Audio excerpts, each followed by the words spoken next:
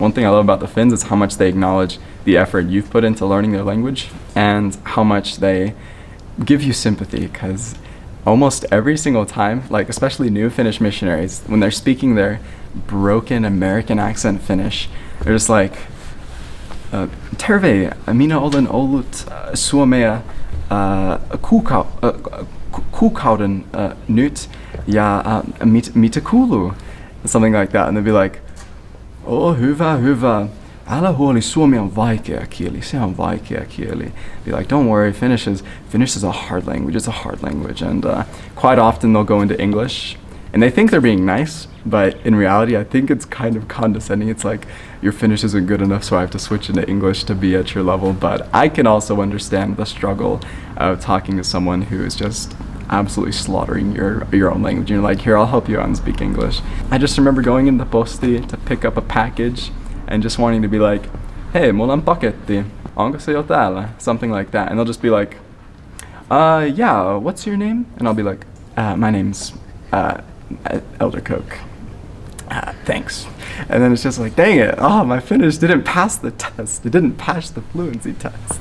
I think that people in Finland, rightfully so as well, they respect their personal space, their privacy, and they reserve the right to not talk to you or acknowledge you if they don't know you and you want to contact them on the street. One thing that was very common, encountered about every day, my companions and I would call it the Finnish hand or the Finnish wave. It's basically when you're walking down the street, there's someone coming towards you, most likely a Finn, most likely of the older generation. You'll go to do some friendly conversation, do a little small talk. So you're like, hey, how are you doing today, sir? Or hey, it's a beautiful day today. I love your dog. Something like that.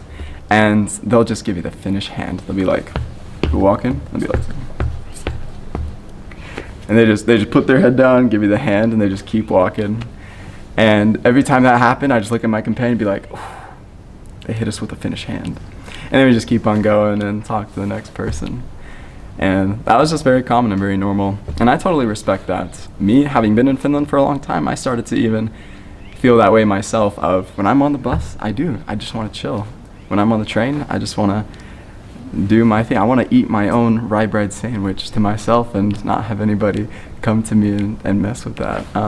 However, Finns, once you get to know them, once you become friends, they're acquaintances, they really do become lifelong friends. Something that really surprised me was to find out that there are different discourse particles. Finns will say their own little ensemble of these filler words, and I had no idea what any of them were. Some of them sound like actual words, and some of them do have other meanings. For example, one word that you learn very early on is the word for true, which is tosi, and if you put it into the partitive, which is the case in which it is often used, then it'll sound like totta. When I heard Finns very frequently in their speech saying, ja noin niin, siis me mentiin siihen paikkaan ja sitten siellä noin niin, I was like, what is he saying? Is he just like true, and then I went over there and true. I was so confused. I'm like, why is this guy saying true over and over again? Like, what's his deal? Is he like obsessed with truth? Like, what is the truth? What is he trying to find? I had no idea. One time this guy, he would be like, he had this weird accent. I thought he was saying the word for daughter over and over again. Like, tytär. It's like, tytär noin niin, something like that. I'm like, does this guy have a daughter? I almost asked a guy, like, so how's your daughter? And my companion's like, wait, he doesn't have a daughter. I'm like, he's been talking about his daughter this whole time. He's like, no.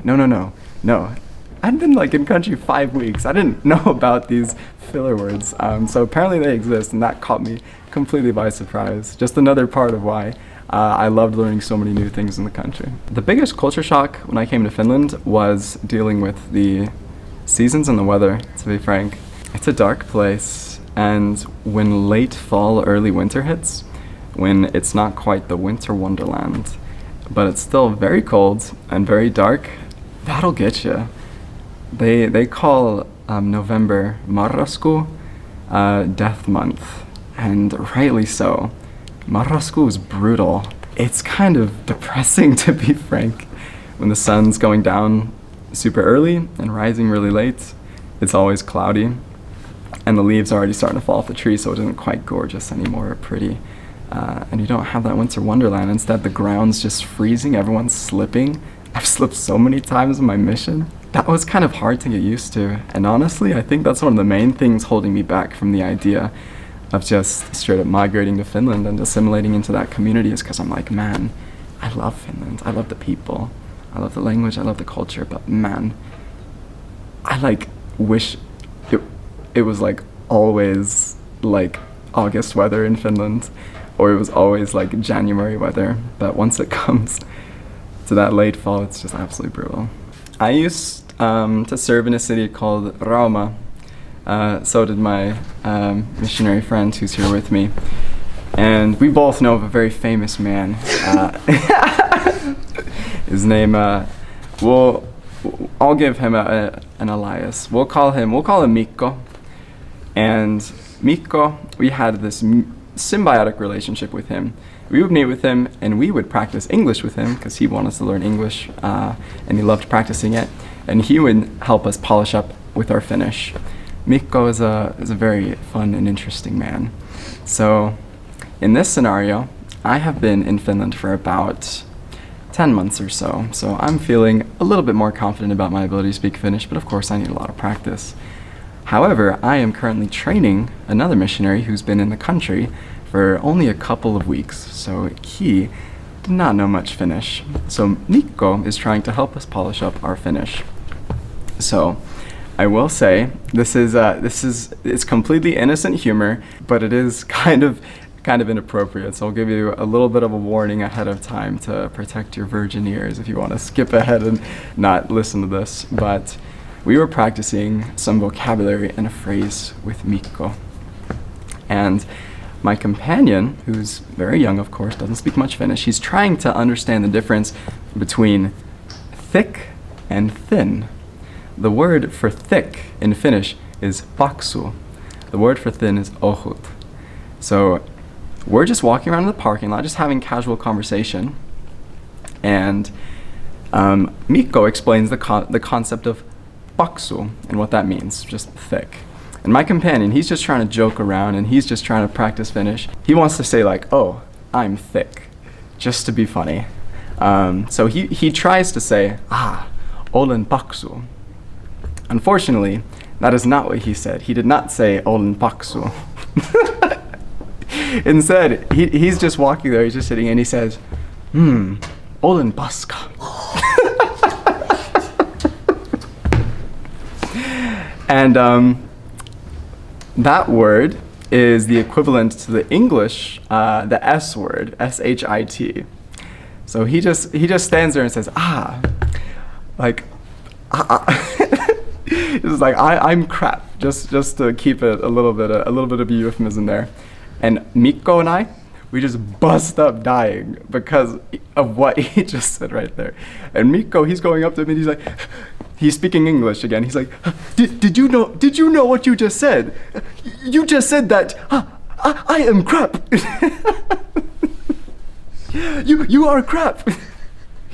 And my companion, he's just sitting there like, oh my gosh, I'm such an idiot. And I'm like, dude, that happens to everybody. Like, it's okay. One thing I really love about Finland, something that really surprised me, and I'm sure will surprise a lot of other people, Finland is a surprisingly, it's a very multicultural community, especially if you're serving in some of the more bigger cities. Cities like Helsinki especially, a lot of college cities, places like Oulu, Jyväskylä, places like that, where you'll find just people from all over the world. And it's really surprising. As I was researching about Finland before I came on my mission, it seemed like the demographic was largely composed of mostly just Finns and Swedish Finns, like 95%, 90-something% were just native populace. But as I came into the country and I see people from the Middle East, people from Africa, people from all across Europe doing exchange programs in Finland, studying at their universities, it was incredible to be able to have a conversation with somebody and you have this circle of people, maybe 4 people talking to each other. And there are 4 different continents represented in that circle. Me from North America, my companion from Sweden, from Europe, talking to someone from Algeria in Africa, with someone accompanying him from Brazil and South America. I'm just standing there like, this is absolutely incredible. This is a phenomenal opportunity just to be here and to experience that. And I had no idea a country like Finland had those kind of opportunities available. That was something I was super grateful for, and I absolutely loved meeting people of different cultures and learning about them. That being said, I absolutely love the Finnish culture, and being able to have the combination of diving deep, learning all about the Finnish language and culture, really loving the people and getting to know and understand how they behave, their social norms, and how that differs to what I'm used to growing up in the United States and even a little bit in Germany. It was absolutely incredible, and something that I would truly love to go back and continue to experience living there for myself a little bit longer, maybe not as a missionary so I don't have to break some of those social norms and talk to people on buses, because I know none of the Finns want someone to approach them on a bus and say, hey, how do you feel about Jesus? I'd be like, dude, I'm on a bus and my seat is full because it's me and no one else. That means the seat's full. That's just the culture there. It's kind of crazy. So that was something that I didn't expect, but I was very pleasantly surprised to find out that aspect of Finland. So this is my what we call a V-book or a vieraskirja. Here's just a couple pages from it, and it's just a little record of how Finnish missionaries would write in each other's V-books and share the experiences that we had, put in a bunch of pictures. And I wanted to share one particular picture of something that I absolutely love about Finnish culture, and it's this picture right here. So this picture is of me, my companion, and one of the youth in Rauma. And this is a sport called sähly, or salibändi. And this is an absolutely amazing sport. And I'm so disappointed we don't have it in the United States, because it's so good. And it's so good for me, because guess what? I'm really bad at ice skating. But I'm better at running on like a surface of ground that is reliable, like a gym or something. So I love sähly because I can play hockey and follow the general rules and concepts, but instead it's in a gym. You have these little sählymailat, and then the goal, and it's kind of like soccer or football, and you just have a hockey stick and the goal, and it's so good. So I love sähly. And that became a very important part of my mission, was just spending time with friends that I meet on the street, members of the church, just getting together and playing some sähly, having a good time.